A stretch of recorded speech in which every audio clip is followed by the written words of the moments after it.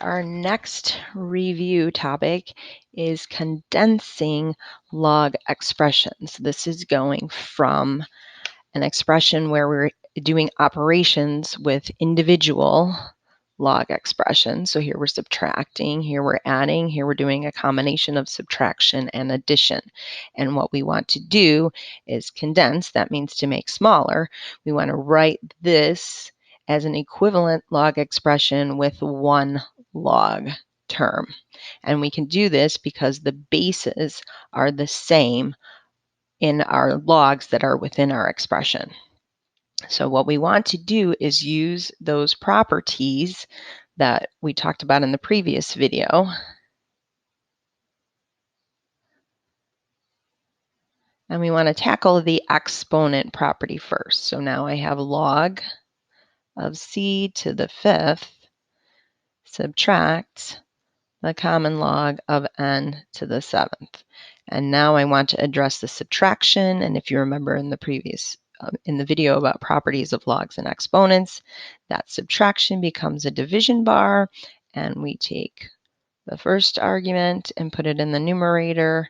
The argument after the subtraction goes in the denominator, and then we put our log in front of it. So equivalent to, these are all equivalent expressions, and we've condensed from 2 terms to 1 log. Okay, we don't have anything out front here, so we're just going to leave this term as is. Address the exponents first always. So now I have the natural log of 4 plus the natural log of p cubed plus the natural log of q to the fourth. And now we address our plus signs become products.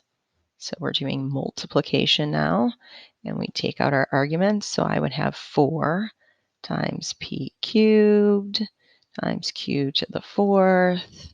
That's my argument, and I'm taking the natural log.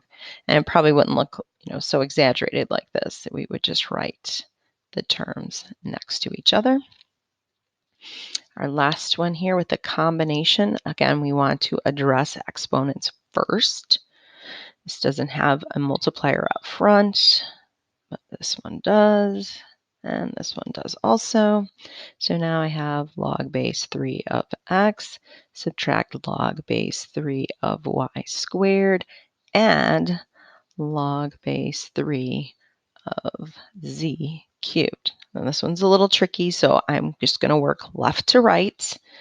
The first thing I see is a subtraction, so that's my division bar, and I would put my argument of x in the numerator and y squared in the denominator, and this is log base 3. And then I have plus log base 3 of z cubed. Now I have a plus sign, which will be a product between my two arguments, x divided by y squared times z cubed log base 3, and then we'd probably, this is all over 1, so we would just get that common denominator, or we would do the multiplication and have y squared x z cubed log base 3.